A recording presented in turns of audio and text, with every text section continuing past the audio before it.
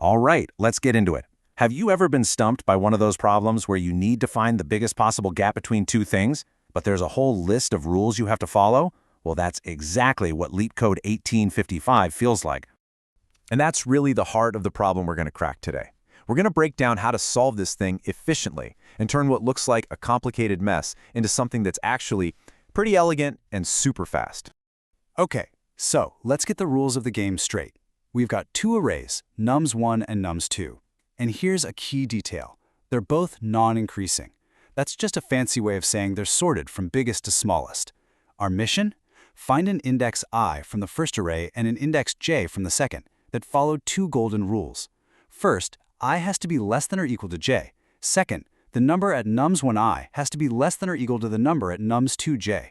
Our goal is to find the pair that makes the distance j minus I as big as it can possibly be. Now, what's the first thing that pops into your head? For most people, me included, it's the brute force method. You know, just nest two loops, check every single possible combination of I and j, and call it a day. It's simple for sure, but as you're about to see, it's a total trap. And this slide just lays it all out, doesn't it?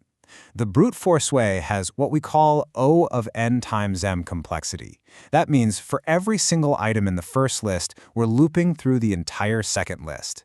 If those lists are huge, you are guaranteed to get that dreaded time limit exceeded error. It really is like trying to run through molasses. But the better way, the optimal solution, is like a clean, straight line.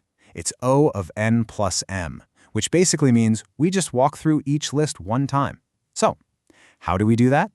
Well, the secret weapon, the absolute key to cracking this whole thing, has been hiding in plain sight this whole time. It's the fact that both arrays are non-increasing. They are already sorted for us. This isn't just some little detail. Nope, this changes everything. See, because both arrays go from big numbers to small numbers in this predictable, parallel way, we can use a really clever trick called the two-pointer technique.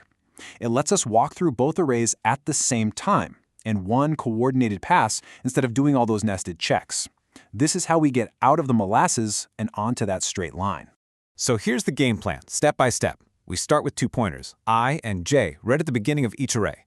Then we check, is the number at nums1 of I less than or equal to the number at nums2 of j? If it is, awesome, we have a valid pair. We see if j minus I is our new biggest distance, and then we push j forward to see if we can make that distance even bigger.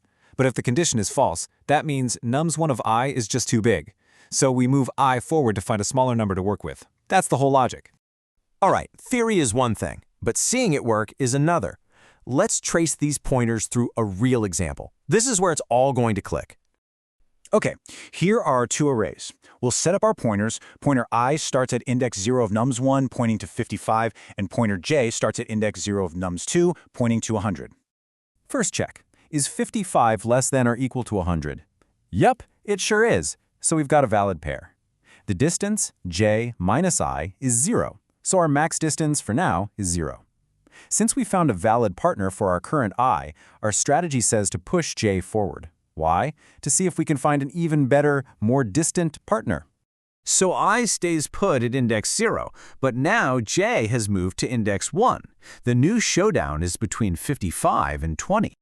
Okay, new check. Is 55 less than or equal to 20?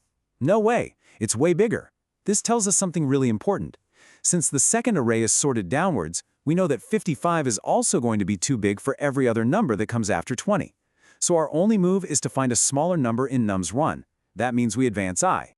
So I scoots over to index 1, where the value is now 30. And j, well, j hasn't moved. It's still at index 1, pointing at 20. Let's do the check again. Is 30 less than or equal to 20? Nope, still too big.